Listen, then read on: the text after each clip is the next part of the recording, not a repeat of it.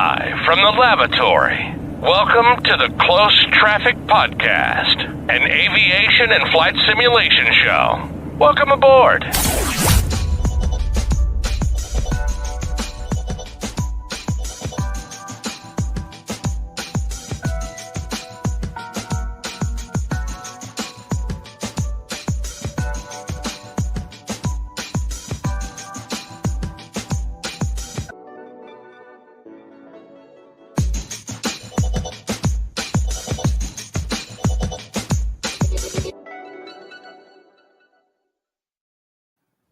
Ladies and gentlemen, welcome back to the Closed Traffic Podcast. Boy, do we have an excited one for you today. Long-time guests. Gosh, man, it's been a couple of years now, Mike, but one of our very first guests, been on about 3 times. Mike Gerga is back with Extreme Flight Simulation, and we've got a posse here, if you will, and Lisa and Dave, and obviously our resident Mr. Johnny. Johnny, say hello to the people, man. How you doing today? Hey guys, how's it going? We are definitely putting old StreamYard to the test here. I love it. I love it. I love it. Doing well though, brother Mike. Man, hope everything's good over your way as well. Can't complain. Finally starting to feel like fall here in Southern California, so that's good. Fall in California. As much as fall in California could be fall in California. You know what I mean. A balmy 70 degrees there. Got it. All right. Better than 110, man. I'll take that for sure. Awesome. Mike, how you doing, man? Say hello to the people. How are you? Doing good, boys. Doing good. You know, we're getting geared up. We're getting excited. Obviously, you know, we're going to talk about Extreme Flight Simulation and Hotel Polaris today out in Colorado Springs, sitting on the Air Force Academy property. So it's going to be a good one.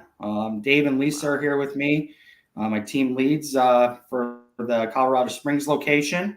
It's a gem. I will say that. Fortunate to have Dave and Lisa part of my team, and this is going to be probably in my whole career of things. This is probably one of the most unique, fun opportunities I've ever had placed in front of me. Now it's been a struggle for 4 years in the making, but the fun part is. Monday's going to be like all holidays. Even I was joking around my pizza earlier, Johnny, that it's going to be all the holidays squared because we have equipment being delivered Monday morning at 11:30. So 737 Max being delivered and 2 F-16s being delivered Monday morning. Nice. So it's going to be Sim Christmas, as Dave put it. Get Max. Do you have a Max at the Chicago location right now? No, we have a NG at Chicago. That's what I thought. Okay, gotcha. Wow. Yeah. Nice. That's awesome. That's incredible. Yeah. Cool. So, Dave, how you doing? Generally on the podcast for first-time attendees, we'd like to, introduce you guys and share a little background, a little brief intro about yourself. You want to do that today for the folks? Sure. So how I kind of ended up in the seat that I'm sitting in now, took my first flying lesson when I was 11 years old, paid for it with my paper route money, nice. Knew that I wanted to try and be a fighter pilot and really wanted to go to Annapolis, but didn't end up getting in there, but got into the United States Air Force Academy. So graduated from there in 1999. And this weekend is actually my 25-year Air Force Academy reunion. So we're getting the opportunity to reconnect and reinvigorate those bonds that we established so many years ago. After graduation, I did introduction to flying training here in Colorado Springs because the Air Force Academy at that time did not have an airplane to fly. They had canceled the T6 program. So got farmed out to civilian FBOs, went and got my private pilot's license. Then went to casual status at McGuire, ended up going to pilot training for the Air Force down at Columbus Air Force Base in Mississippi. Made it all the way through academics and the T-37, which is now all either gate guards or sitting in the boneyard down at Davis Mountain. And it's kind of sad to see that airplane go away, but it was time for that to go away. Made it from the T-37s into flying the supersonic T-38 I got to Wow. solo that aircraft 8 times from the front seat with nobody sitting in the back seat. But shortly after that, the flight surgeon decided to punch my ticket and say that I couldn't do it anymore. So that led to me having a very short Air Force career because it was a disqualifier for service as well. Ended up getting out in 2003, went on to other careers, but always stayed in the flying game with flight simulators. So Falcon, the original Falcon back in 1988, from Spectrum Holobyte all the way through 2.0, 3.0, BMS. And then when DCS launched the A10C back in 2012 timeframe, that was what I had at the top of my dream sheet for the Air Force. I wanted to be an A10 guy, and you can see the A10 back. Yeah, I was going to say display right here. Yep. Wow. Picture, sir. But the A10, man, that had my heart, and wanted to fly that. And the opportunity that DCS presented with that was fantastic. So got on board with that, taught myself how to fly that airplane.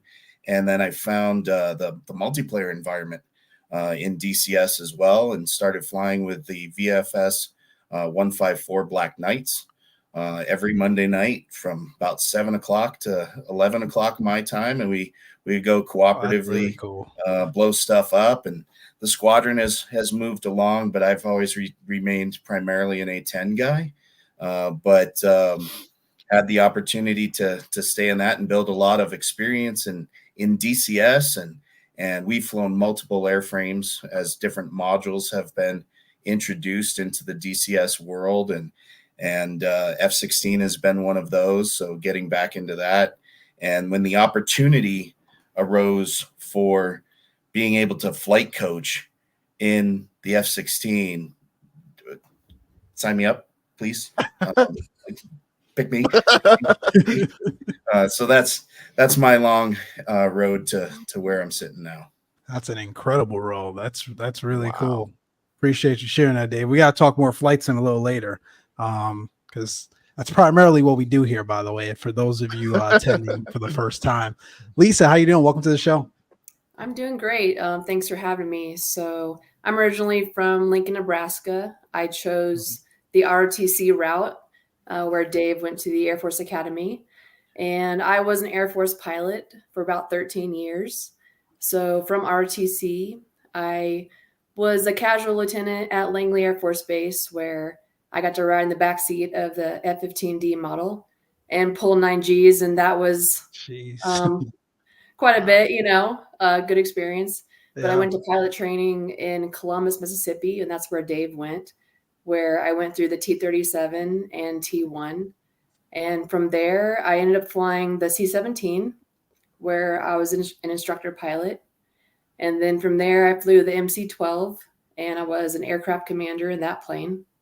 And then I went and taught pilot training in the T-6 at Vance. And from there, I went to the Air Force Academy and flew the Twin Otter for the Wings of Blue parachute team. So, quite a variety of aircraft and experiences, and had several combat deployments. So yeah, that's kind of my background. Mike, you've got a squad here, man. A squad. Wow. We need a whole nother show just to go through Dave and Lisa's resume Mike, here. I'm man. taking notes. Don't worry, my friend. I know you were. Oh gosh. I knew you were. Johnny, you okay over there, buddy? You okay? Oh, I had to get myself together, Mike. You have to excuse me. I was like, whoa, 810. This is all music to Johnny's ears. Okay. I'm telling you. Love it. Love it. Job out, man. Lisa Says, can my tell gosh, you those a are some story about resumes. a tactical descent in the C-17. I've got plenty of stories from downrange, and Mike and Dave have heard several of them so far. But one thing we tired do, of them yet, though. yeah, I mean that's a good thing, No. But we have somebody on staff who's an air traffic controller, and I think he's kind of tired already of us, talking pilot talk and whatnot. But we never grow tired of it here. We can talk it all day. Absolutely not. Hey, Mike, I don't know about Hotel Polaris, man. I think we may segue here. Yeah, No, I'm right. kidding, I'm You kidding. know, no, you know, here, you know, so going back to like the origination of this, right? You know, God, I've been hinting towards it to you guys for God almost Yeah. 4 years now, right? Hey, something's Yep. coming, something's Yes. Yep. coming, right? And I really couldn't say what it was because there was, you know, NDAs and everything else. Of course. But this is what's been in the works, right? And you know, their resumes, their personalities. And I actually had a conversation with Melissa last night on my way to the airport. I'm like, you know, the venture that we have going on, what we started with EFS, this was never, you know, part of the business plan, right?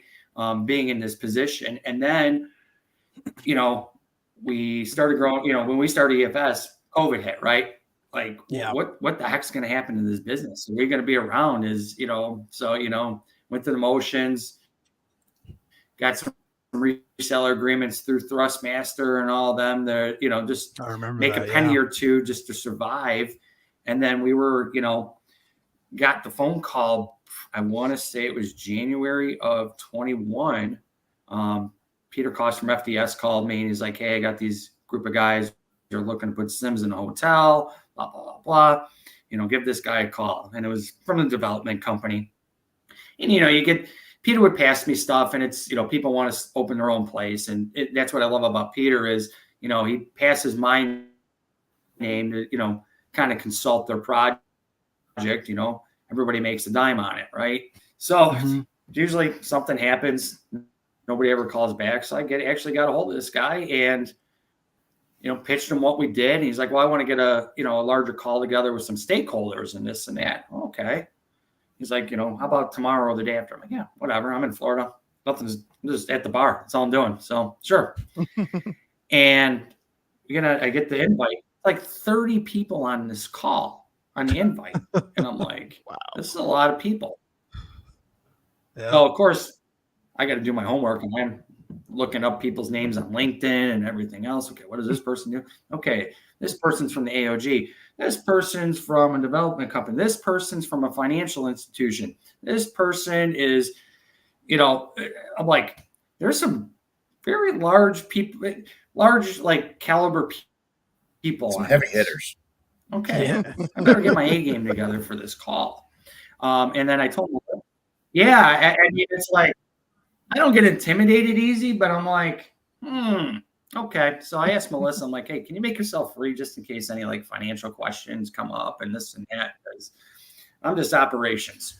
And so we get on this call, you know, they introduced us and then I start pitching it what we do, right? And about the experience and the thrill of it and the look on people's faces, you know, just selling the dream, right? By the end of the call, they're like, can you put together a 5-year pro forma? Oh, cool. Sure. Wow. Yeah, we need it in a week. What? Okay, just sure. like that. All right. Yeah, just like that, right? And that was the start of it. And there had been many changes with people that were involved, development companies and this and that. But it all really started, the glue started being put together in 22 when I had actually used, so you guys know Take Flight Ohio, right? In Columbus, they have a 737 MAX sim there. And somehow it came up on a call. I think Melissa said something and they thought it was our location. And their vice president of design and development from the management company of the hotel, they're like, oh, I'm going to be out there. I'm like, oh boy. So I had to call the owner and I'm like, hey, John, I got to borrow your sim. I need to do a demo, this and that. And he didn't know what it was for, but did the demo. She loved it. She loved the concept about having elevators. And then it went radio silence again for a little bit. And then I got introduced to another person. We'll fast forward to where we are now. Hotel Polaris, 375 room hotel located at the north gates of United States Air Force Academy with a catwalk going across the way to the new visitor center for the Air Force Academy. That will open The visitor center opened December of 25. The hotel is slated to open in November. I can't give a date because it may change. It may not change. It probably will not change. But this place is ready to go 4 years later. Sheesh. Wow. 40,000 square feet, by the way. Wow. Yeah. Holy cow. Wow. Yeah. And the fun fact about it is 28,000 square feet of meeting space. Yeah. So the grand ballroom is 12,000 square feet. The junior ballroom is 5,000 square feet. And then you have breakout meeting rooms around on that floor area itself. Expo 2026, Mike. There you go. I was getting, dude, you read my mind. It is wild. You read He's my not mind. wrong, though. That do is not something do. that Yeah, is- right. And believe me, has been missing. I'm already talking. I got to talk. I got to get Evan in contact with Yes. one of Yeah. those salespeople who handles that, like Yes. inside of stuff. For sure. Because you thought Houston was a good location that year with the Lone Star Museum and everything. Yeah. Oh, This my is the icing goodness. on the cake. This is another for Flights level. of Expo. Yeah. Wow. In fact, we were privy to, like I said, we sat through orientation the other day, and yesterday the director of food and beverage gave a presentation. Now, you walk up to these bars and restaurants that are in the hotel, and your mouth is just like, your eyes are just like, holy cow, the elegance to them. There's a bar, the lobby bar is called the Thunderbird Bar. Why? How can we guess that? You're looking out at the mountain range, and what will you probably see fly by? The Thunderbirds. Each drink is named after like a movie, like famous movies. So Wow. the Top Gun is a drink. Just anything you can possibly imagine is unbelievable. Everything that they're doing restaurant wise, there's nothing else like it in the Colorado Springs area. So the way they do the food, the way the cheese goes on the cheeseburgers, it was something I've never even seen before, but I can't wait to have one there because they just awe-inspiring like no other. This is I've been looking at pictures here for the last 30 minutes or so, and it's just incredible. We did put it in the chat, by the way, on the YouTube and Facebook side. If you guys want to check it out, it's obviously flashing up behind or on the banner. This is an incredible place, guys. I can't wait till it opens because I want to go and check it out. And then obviously, as we mentioned, what this means for the opportunity to, further expand some of the conferences that, we've been doing as an aviation community. This just puts the bar at another level. This is really, really cool. So are you able to get into logistics at all, details around, the type of hardware you're going to have in there, how many, some of those logistics, or not yet? Yeah. So, like I said, it's a holiday on Monday for us with the equipment coming, but so there, the 737 MAX will be running P3D for the visuals, sim avionics for the avionics. So pretty much exactly what we have in Chicago, but just the MAX. The F-16s are, I would say, 9. Looking at it the other day, they will be running in DCS, and what we're going to be running with those is you'll be running in mixed reality with them. Wow. Oh, So wow. instead of just VR, now it's mixed reality. Dave shaking So his it's head. mapped to Oh, yeah. the console. And then the outside is 60, right? Mm-hmm. Pizza sauce on my hand, Johnny, and I'm going to flip a switch. I'm going to see the pizza sauce on my hand through the headset. Yeah. Oh my gosh. That to me is like, it's just sickening. That's all I could say. It is the cream of the crop of equipment in here. It is Yeah. going to kick my it HP is, Reverb G2's butt. Yeah. Really? Absolutely. It's so exciting. Canopy Yeah, rail. HD rail. Reverb is Across the windshield. fantastic. Yeah.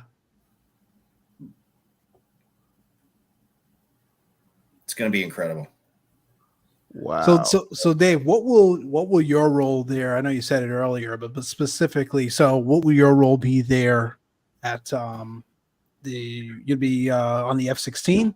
So I'll be the F-16 subject matter expert, Okay. SME, So the SME for the F-16, okay. team lead for the F-16. But Got I it. hope I get the opportunity to flight coach in the 737 as well, because as Mike alluded to earlier, the opportunity for Lisa and I to go out to extreme flight simulations in Chicago a couple of weeks ago. We spent, Lisa, what was it? At least 24 hours stick time in the 737. And Really? man, that was a ton of fun too. So I'm looking forward to both. I'll be focused primarily on the F-16s, based on my DCS experience and history.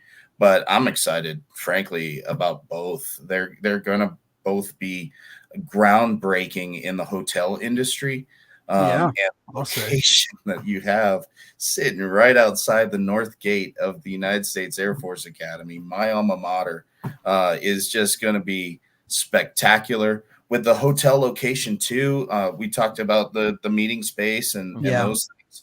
That's something that Air Force Academy graduates of all classes have been struggling with since 1959, right? When the first class graduated from the Air Force Academy. Not a great place to have a reunion. Right. And my class right now, we're based out of the Great Wolf Lodge across the street. Great place, but not directly tied to the United States Air Force Academy. So for our classes to be able to come in from all those generations of the Long Blue Line, to be able to stay at this marquee hotel with all of this convention space that's available now in the Colorado Springs marketplace. It is a landmark opportunity for Colorado Springs, for the United States Air Force Academy, and for people who love the Air Force, people who love aviation, people who love flight simming. I mean, it melds so many different things together. It's such a spectacular opportunity. That's incredible. Wow. And then Lisa, your role specifically there as well? So I'll be the main team lead for the group. So, dealing with various admin type stuff, scheduling, but kind of hopping around both the 737 and F-16 sims as needed, just making sure that operations run smoothly. So got it. Dave's definitely our expert in the F-16, but yeah, he will be hopping back and forth between all simulators. He and I will be working together every day to make sure that we're successful. And one thing, Mike, that you didn't mention about the hotel was the aviator bar on the 9th floor, which was absolutely amazing to see, the highlight aside from us, in the hotel with the simulators, but the aviator bar, 9th floor, that was just, this great location and design and view of the mountains. Is that one on the bottom right? That's Dooley's. So that's immediately above us. That's one flight of stairs. That's Dooley's. So that's a 50 styles. Yes, that's immediately above us. Yeah. Gotcha. Okay. Wow. Got it. And there's some shots of, and I think you, Mike, before we went on, you said these were the really cool place. Another great view. Yep. Cool.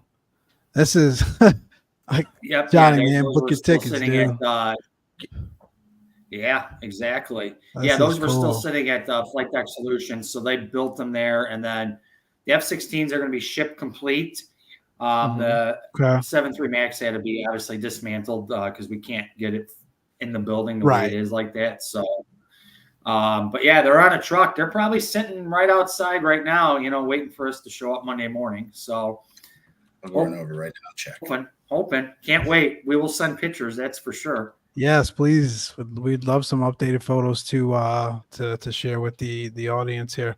Good stuff. Absolutely. Yeah, for sure. Hey, Mike, I had a question for you, my friend. So I saw Yeah, but the F-16 sims. Are they networkable? Like, will there be like some dogfighting action there? Is there, I saw a head shake. Yes, yeah, they'll sir. be networked together, right? So you could do. If you can do it in DCS, you can do it in the Do it. F-16. We can do F-16. Wow. Nice. Oh, Too cool. Too cool. Yeah, Evan, Yep. we're yeah, Expo 2026, sir. yeah. No, it's like yeah. This is it's changing the flight simulation world. You know, obviously when we first got into it, it was uh, you know the 2020. Now 24 is coming out. Even the advances with X-Plane and everything else, and then all the home stuff too. That is, obviously that's why we're all in this podcast, because we all have that Friday night flights and this and that, or a Saturday morning flight with a cup of coffee, Yep. because it's just our chill. And I tell people, and they don't believe me, but I tell them flight simming is bigger than gaming. Bottom line, world. Sorry, but I will believe that till the day I die. When you look on VATSIM maps and everything else, it's Friday night. So you man. have Friday night ops going on right now. Uh-huh. All the people logged on their computers right now, flying around the world. And Mike, that is just who's flying on network. There are far more that don't even I'm just sorry. fly on network. On my home computer, then playing a game on a console or this and that. You know what? Because now we're flying. We're flying. Absolutely. Just not literally off the ground, but our computers are. I got to segue into this, right? So, Dave and Lisa, you guys being aviators, and how have you guys seen? So, no, let me rephrase this. How would the level of where flight simming is today, how would that have helped you advance or move your career even faster when you guys first started out as pilots? How would it have helped? We talk about this all the time on the show, Johnny, especially here, in his past commercial life there with the airlines and some of the things that he would have been able to take advantage of to move through these things quicker. But your perspectives, how would that have helped you guys in your career? I'll defer. Dave or Lisa, yes, please go first. Well, I think what's most interesting is like hearing from Mike with some of his staff in Gurney, where they've learned so much through home simulator units, and then they've been very proficient in like the 737 that he has there. So it's really impressive to see young kids being able to learn these skills at home and then perform in the sim and then work on their professional flying ratings. But like there was nothing like this when Dave and I were, growing up. And then the simulators that I've used have been replicated by the aircraft that I've flown in. But it's just really impressive what has developed over the years, especially now, what people can do and, what people can simulate in real life. Dave? To piggyback on what Lisa said there, I mean, I think back to the original Falcon from Spectrum Holobyte in 1988. I was flying it on a Mac. It was a black and white presentation. I mean, the on the milk run, the buildings that you were supposed to go destroy were just line boxes, right? The flight sim world has come such leaps and bounds from where it was just a few decades ago. It has been a phenomenal journey that I've participated throughout. But I would say that the validity of flight simming to real world flying is heavily dependent upon the peripherals that you elect to fly with, right? If you're on an iPad and you're tilting the iPad to fly your aircraft, or you're using an Xbox controller to fly in Microsoft Flight Simulator 2020, which are things that you can absolutely do. Those can help you understand the fundamentals of flight and how does an aircraft operate, how does it maneuver, what are the things that you need to do to pilot an aircraft. All of those things are valuable, but the opportunity in the world in which we currently live to get those peripherals, to get that yoke and put your hands on it, or to get that HOTAS to put your hands on the throttle and stick, the muscle memory that builds is invaluable. At several periods throughout my life, I've taken significant hiatus from real world flying. I didn't fly for almost 10 years after I got out of the Air Force. I still did flight simming, but I didn't fly in a real true to God airplane, right? But because I had been flight simming with legitimate peripherals, SATEC, now Logitech yoke and rudder pedals and throttle quadrant, all of those things, when I decided to get back in the air and go for my biennial flight review, that I had let lapse for a decade or more, the muscle memory was still there. And then to Mike's tie in with things like VATSIM, the fact that there are air traffic controllers that are simulating being air traffic controllers while pilots are simulating being pilots, man, that stuff is true to life, along with the time that I've spent with the Black Knights flying virtually and doing it as if it were real. All of those things kept my comms cadence and verbiage true and accurate and correct and current. So flight simming for me, because I was doing it in that realistic manner, absolutely applicable to real world flying. But I think it does boil down to what is the level that you're at with the flight simming. Because we can't do it with an Xbox controller nowadays. We can do it with tilting our iPad. But if you have those things at home or at extreme flight simulations that allow you to experience it in the same manner in which you will in the real aircraft, then it's invaluable. Spot on. Yeah. I'm sorry, Mike. I didn't mean to cut you off, go ahead. but yeah, that definitely struck a chord with me, because especially now where I have limited time to go out and do pattern work, and I think we've talked about it on the show, Mike, until the cows come home. And I think they've come home and then left again. We've talked about it so much, but it's although I think that being able to leverage, controllers and things like that, isn't quite what we're looking for folks like my 9-year-old son. He's, to Dave's point, he's being able to, experience basic, fundamentals of flight and, hey, what happens when I pull back on the joystick, right? Things like that. And, just exposing, our younger generation to aviation, in addition to with 2020 being, being available on consoles now. I mean, to me, I think it's just an amazing corridor to funnel, our next generation of aviators into the industry and into the hobby. And with Mike, with Extreme Flight being right up the road for me, in Colorado Springs and in Chicago, I think it's amazing. I mean, growing up, like I feel old, even though I'm not too terribly old.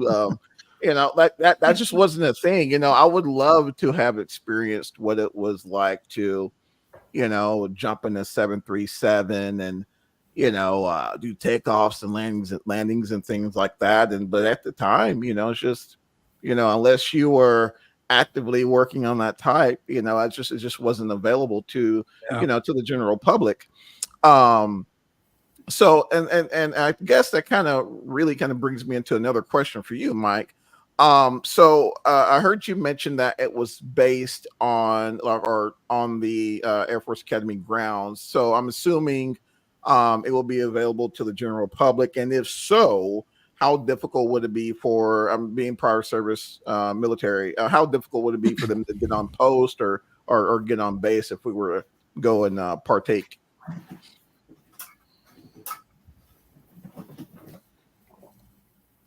So the nice part about it, it's actually outside of the gates. So Gotcha. you don't even have to go through the gates. It's right when you come off of I-25, right? So you just want to come in off the street to go use the Sims, book an appointment. Absolutely.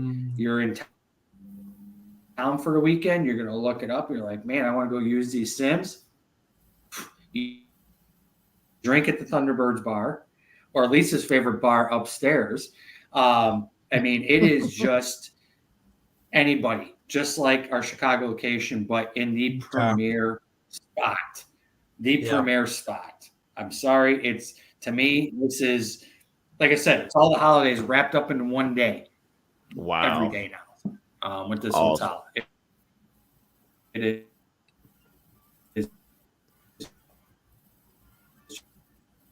Yeah, location's awesome. You know, even just talking about getting there logistically, right? You've got the international airport, you got Colorado Amazing. Springs So to yes, fly Johnny, into. to answer your question. I think we lost Mike, or is it on my side? Nope, it's Okay. Okay, season 2. Okay, cool. Okay. Thought it was Starlink there for a minute. Dang it, Elon. No, I think, you know, just locale is outstanding. Obviously, the backdrop and where it's located, yes, but beyond that, or a lot of times you've got these places that are just hard to get to, and that kind of deters folks from making the journey or taking the trip. But your locale, beyond just how amazing the facility is, and where it's located next to, the locale and the regionalization of that actual location makes it very easy to get in and out of. So that's another plus for it. Yeah, because that was my concern, because I saw it was an Air Force Academy. Okay, I wonder if it's like, you know, level of security, or, you know, if you gotta get like a post pass or something from the MPs or whatnot. You know, at least that's that's a thing in some of the places I've been to. So yeah, that's awesome to see. And I'm definitely gonna have to add that upper level bar to my itinerary there. Yeah, for sure. Well, and also with the Air Force Academy. Sorry, but like also with the Air Force Academy, it's, you know, a high visibility location, and there's so many visitors that go on base to go check out the static displays, go check out the location. So just being right there, it's, you know, people go on base very frequently on a daily basis. Oh, that's pretty cool.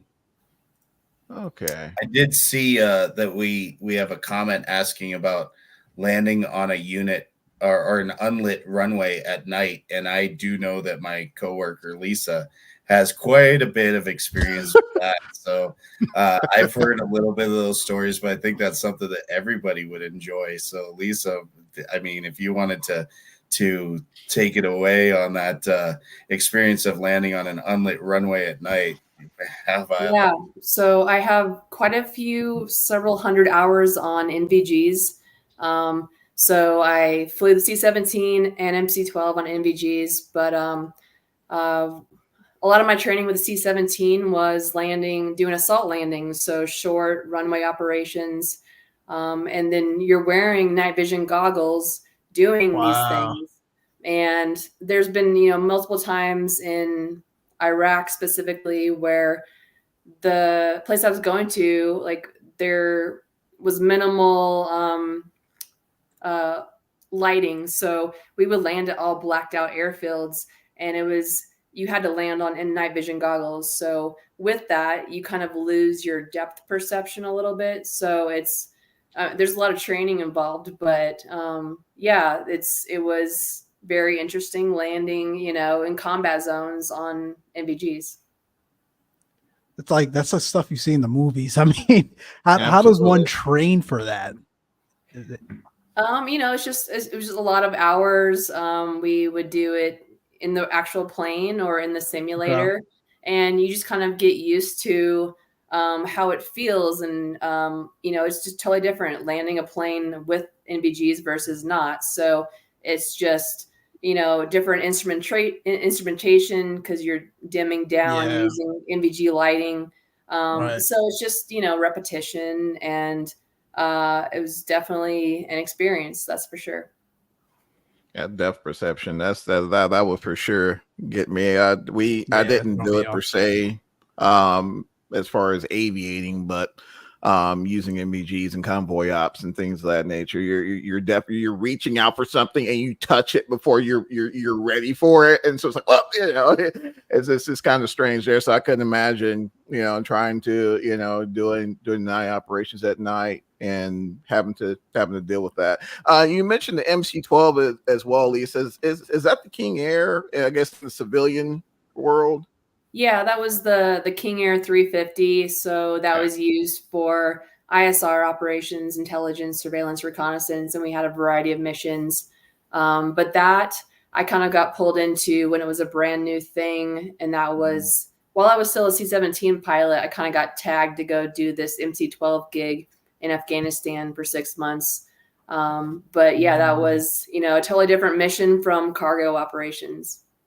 Wow, holy smokes. And since you mentioned the C-17, Lisa, and me being a, huge fan of it, got to ask you. Going. You guys got him going. Yep, they did it. They did it. I was kidding. But yeah, like flying the C-17, like how, does it feel as big as it looks, or does the fly-by-wire does an amazing job of, translating your inputs as it relates to, manipulating the controls? Like, does it feel heavy?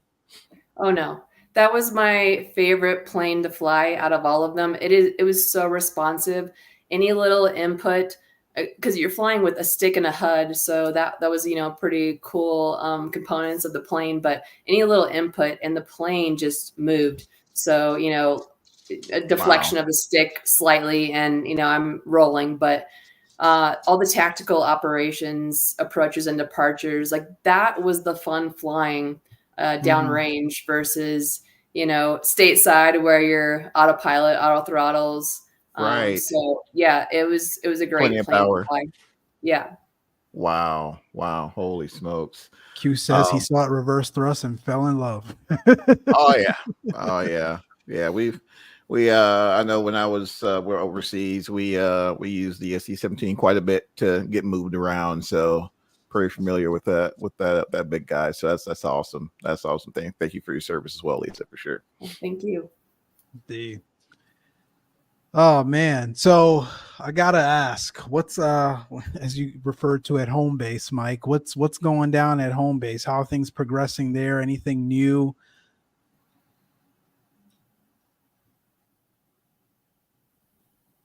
Did we lose you again? I see him. Let's see. Not much. It's the focus has been primarily getting Colorado Springs up and running, right? So everything is still status quo out in Chicago. Not much has changed. New faces, obviously. We hire a lot of younger people here in the Chicago area. Get them going, get them excited. Following their path in their career and hoping to see them move on and everything else. So things are still going good. We're still, we're open 4 days a week or 5 days a week, actually.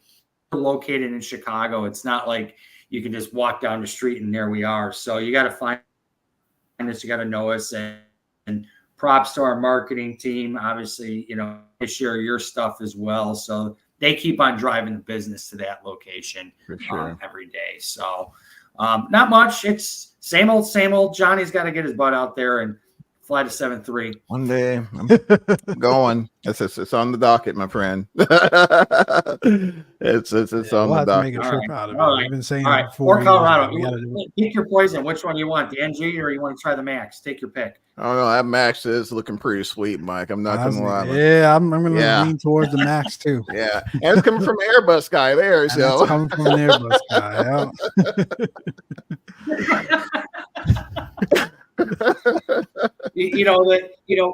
what's really unique about this business, right? And you guys know this. There's not many of us in the States that are doing this, right? So Nope. No. you got myself, you got the place over by you, Mike, in Anaheim, right over there, Mhm. Flight Deck Yep. 1.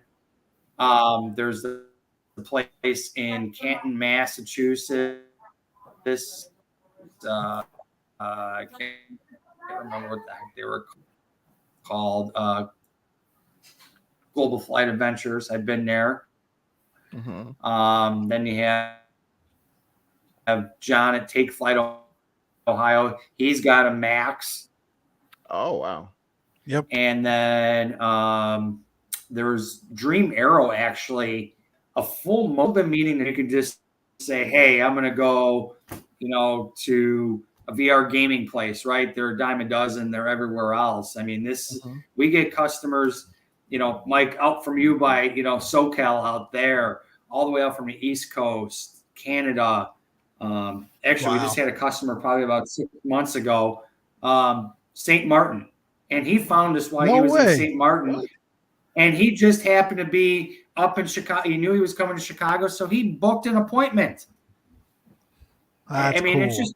it's just the wildest things where you meet people and everything else that, we discussed this the other day at orientation is, it's a guest experience like no other, right? And this is what Hotel Polaris is going to be. It is going to be the most unique guest experience that you will ever see.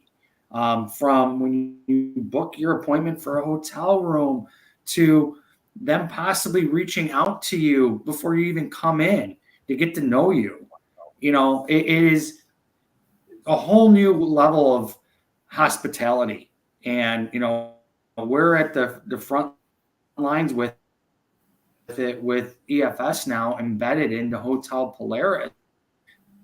That is the most unique opportunity to take any type of business that you're fortunate to be in a partnership with hotel, like Dave's big thing is, and Lisa's thing is, and to have, the fighter jets in there, to have a 737 MAX. This is the aviation world, and this is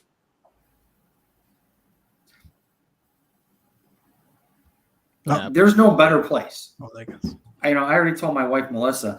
I mean, that's just how excited I am. I mean, you guys saw my post on my my personal pages and stuff that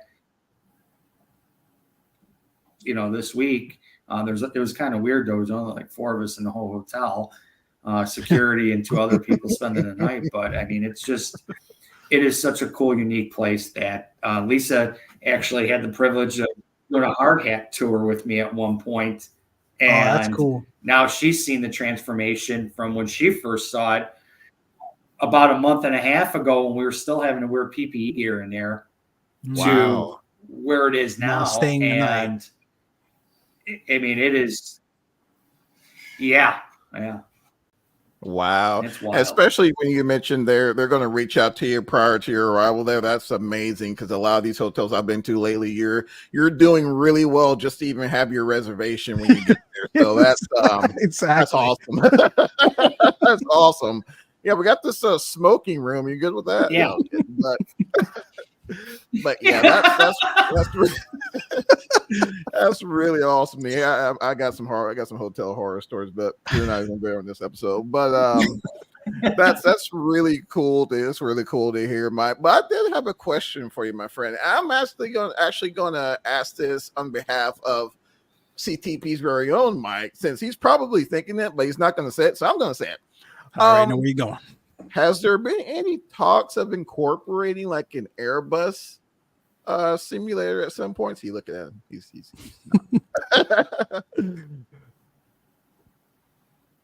frozen. He didn't like the question. I knew it. I know. Airbus broke it. See, Max, all your fault, man. Frozen. Exactly. Or would you say, Lisa, a C-17 simulator? We need a C-17 simulator. Exactly. One of the two. Airbus C-17. Yep. Or both. That would be really cool. It looks like Mike is frozen right yeah. now, but it's also somewhat limited or driven by what's available in the peripheral market space. Right. Gotcha. So what is available from flight deck solutions or other vendors within the marketplace to provide something that's going to give that experience to folks. Experience. That's a good point, Dave. And there aren't a ton. Sorry to cut you off, Johnny. I can't think of any in the US, and my research is not all that good, but generally when you look at these places, I know the one in Anaheim certainly doesn't have one, but it's all Boeing or F-16s or something else. I don't know of any that's reachable, open to the public for Airbus. No, I don't either, my friend. And one would hope, eventually at some point, especially with Wing starting to release peripherals with Airbus, like the FCUs and the McDoos and all the other U's, eventually we might see some come to fruition. Because even me being a Boeing guy, if ain't Boeing, I ain't going. But, it would be refreshing to eventually see, an Airbus, full-fledged Airbus sim that someone could partake in, or a C-17. I got you, Lisa. I got your back. But even the Max is interesting, though, because most of them I've seen are mostly in G. So that's... Yeah, I didn't even know there were Maxes coming out. No. That's out already in certain locations. And then obviously this one will have one. That's pretty cool. It's really cool. Yeah, really cool. Mike, you with us, my friend? Or I see him there. His video. Yeah. So when are you both coming out to come have fun in the Sims in Colorado Springs? Whenever you guys invite us. Yep. I'm in Dallas. Consider yourselves officially invited. Really? Doesn't have to be officially open. We're good to go. Oh yeah. Well, the Sims get delivered on Monday, so man. and that's coming up Johnny, here. book 'em. Today is the 18th of October. They're getting delivered Monday, so it wouldn't make sense to come before they get plugged in. Right. Right. I'll be that is patiently awesome. Okay. with us. Gotcha. Mike hit us in the background. His computer's not playing nice. No worries, Mike. Okay. So you heard that, Johnny. Done. Officially invited. Yep. We'll make arrangements. You got open concur. Book a direct DFW for me, ONT for Mike. So ONT. I think there isn't a direct from ONT to Springs. LAX probably. I go to Denver. I think they've got like one. Either or works equally well. I mean, flying into Denver, it's about 60 miles.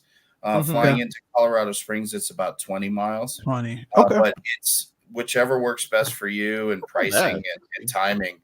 But the United States Air Force Academy is pretty easily accessible from either Denver International Airport or Colorado Springs Airport. Gotcha. Okay. Says make sure to bring the DeWalt drills. It's putting him to work. Make sure DeWalt drill. We are going to spend this next week plugging these things in and figuring out what's going on with it. Yeah, you guys are invited to come get to work. Sure, help us Bring steel-toe boots. That's awesome. Definitely looking forward to that. Mike, were you able to come back or no? Looks like he's still gone. I'm in the chat room. Sorry, guys. Oh yeah, I'm behaving. Because at first I thought it was mine because I live out in the country or something. I'm like, oh my gosh, Starlink strikes again. But so far it's been pretty solid. I better not jinx it, so let me shut up. But I mean, and I think back when Mike alluded to this, I was like, man, what a time for us to be in to where we're really having this conversation of, let's say you're on business travel in Colorado Springs and you're a simmer, here you go, check out the Polaris and, being able to take the opportunity to check out 737 Sim. You got F-16. I mean, just my gosh, what a time, back when I was coming up, I talk as if I'm like, get off my lawn type thing. But, you just no one really talked about it. It was just kind of, you know, Simi was so new. Yeah, it was just like, oh, you're in those games, huh? You know, and it's now here we are, you know. And I'm sorry, Dave, I cut you off. It's the golden age. Yeah, absolutely. And I pulled up the website and I was doing some research on the hotel, and I showed my wife and she was like, holy smoke, I know, you know, they got the spa, and I mean, just the, you know, the bars I'm sold on, just not gonna lie, definitely sold on the bars. So we'll be for sure making our way over there. I don't care if I'm gonna have to drag Mike, even though he's an Airbus guy. You don't have to drag me. I'll be there. The thing that is also not immediately recognizable by most people, but for people who have a connection to the Air Force Academy, is immediately right front and center, is the tie-in that Hotel Polaris has done, linking themselves to the architecture and the styling and the vibe and the feeling of the Air Force Academy, and all of the intentional touches that they have done throughout this hotel to directly link this hotel to the United States Air Force Academy is absolutely spectacular. And if you visit the hotel and then you go visit the Air Force Academy and do a tour and see the architecture and see the cultural cues that are all across the United States Air Force Academy, and then you come back to the hotel and it's like, oh, that makes a lot more sense. That makes a lot more sense. That makes a lot more sense. The tie-in, as a grad, somebody who spent 4 years of my life living and training and studying there, to see what Hotel Polaris is, it's absolutely phenomenal. They've done a spectacular job of even down to the color schemes. Absolutely. Oh, for sure. This is really cool. And looks as if also they're taking reservations now, if I'm not mistaken, correct? Okay. Yes, that is correct. Okay. Yeah. So are they? What's the earliest? Book now, yeah.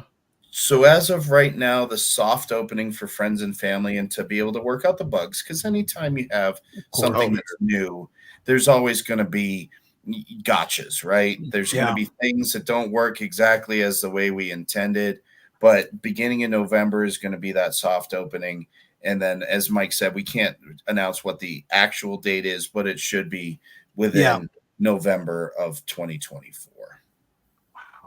Wow. So that's right around the corner, because heck, we're knee deep in October, aren't we? Jeez Louise. Yeah, that's awesome. Yeah, I have to say, like what Dave was talking about, the details, you know, going through hotel orientation the last couple of days was really interesting to learn about, just all the details that the hotel has incorporated to tie in the Air Force Academy to the design details of, you know, every single aspect of the hotel. And it was just, this is the ideal location for this hotel, and to have EFS there with multiple military installations, a number of military veterans that live here. You know, people come to Colorado Springs to retire post-military. So this is like the prime location for EFS, and I think we're going to do really well here. Wow. Yeah. And that's a really good point, Lisa, as well. You know, being a veteran myself, I hear a lot of my counterparts are like, yeah, I'm heading to Colorado Springs. I'm like, really? What's out there? And I mean, just being, you know, stuck out here in the country, and I'm very isolated, but I did have an opportunity to visit. This was a couple of years back, and it's just gorgeous country out there. So I could not imagine, you know, just being at, having a drink or whatever, just having that amazing backdrop. Oh my gosh. Yep. I can't wait, Mike. I can't wait. I was out there this time last year. I got family there, and yes, because they're in the military, so well aware. It's a gorgeous area. You know, again, especially this time of year, all year round, but man, the colors this time of year are just, I think I've been in SoCal too long that I forgot, being from, New York and whatnot, what fall truly looks and feels like. And it's incredible. And then with this, the venue itself just really brings it all together. We're definitely going. I can't wait. Fantastic. We can't wait to have you guys out here. Awesome. Too cool. Mike's gonna hold on. We got Charlie here. Serious in the case. So we normally have a third guest. I mean, I'm not a guest. I'm sorry. He has like one. He got demoted to a guest. That's funny. Right. No, we normally have a third host as well, Charlie. He's actually on PTO right now. I was kidding, but he's actually out right now. But it says Mike's gonna send that Cirrus into Colorado. Man, really, Mike? I don't know, man. He you know what? He's not all the way wrong. I've looked at it before.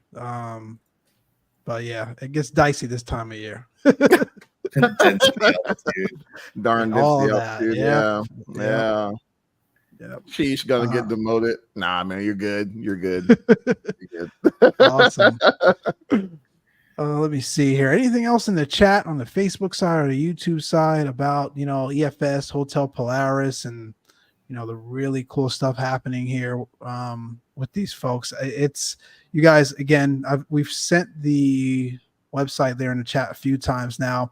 We've obviously got it linked on the Closed Traffic Podcast website, as well as all of our socials. So definitely go on and check it out. It's a wonderful place just looking at at it visually and from the photos, and obviously you've heard from the folks here how incredible this place is going to be once it opens to the public. So definitely take a look if you're, number one, ever interested in going to the area. You've got a really cool place to stay, especially if you're interested in flight sim. Number two, if you've never had a reason or any interest in going to the Colorado Springs area or Denver or Colorado in general, now you do. Especially if you love aviation. So definitely take some time and check it out. R for Expo 2026. Sorry, Evan. You gotta put Evan in a bind now, I know. Everybody's gonna be like, man, we're really having the Colorado Springs? No, it hadn't been official yet. It's just Johnny really going. I heard it on the CTP. Yeah, exactly. And they were going to get thrown in. We're gonna get an email from Evan. Yeah, we don't. Yeah, but just kidding. Yeah. Mike says he'll be sending us pics this week of the progress of the Sims. Awesome, Mike, and we'll definitely share it on the socials for you guys to see how things are progressing. Dave, Lisa, it's been a pleasure. We'll definitely have you guys back on because we definitely want to dig into a little bit more of your past. You guys have some incredible experiences. Again, as you heard in the chat and from Johnny as well, thank you for your service. Thank you for your service all year round, but I know Veterans Day is coming up here in probably about a month or so. So definitely want to acknowledge that as well. Mike, sorry you have to drop off there at the end, but no worries. We'll definitely chat offline. But absolutely. Dave, Lisa, any other things to add to the family here, to the Closed Traffic family? Lisa, go ahead. Come on out. We'll have a great time in the Sims. So looking forward to seeing everyone. Awesome. Dave? And I look forward to flying with everybody, whether it's in the F-16 simulators that we have 2 of. And as Johnny was alluding to too, yes, we can link those 2 together and we can fly formation or we can fly 1v1, whatever we want to do. So I'm excited to get those things plugged in. And as Mike said earlier, it's going to be Christmas and Hanukkah and Kwanzaa and all of those holidays wrapped into one as we're unwrapping these things and getting them plugged in. So I'm so excited. I'm over the moon, and I can't wait to host everybody and let you experience what we're going to be all about at EFS and Hotel Polaris. Incredible. Thank you. And again, thanks for you guys' time for being on here. Johnny, any parting words for the folks, man? Just to the EFS team, guys, thank you so much for taking time out of your Fridays to spend some time with us. I know, definitely looking forward to checking out the hotel and getting the family up there to to partake in all the activities or whatnot. And to the CTPM family out there, really not much. You guys take care of each other, spade, neuter your animals and all that. That's all I got. Keep the blue side up, guys. We'll see you. Thanks. Yeah. Thank you.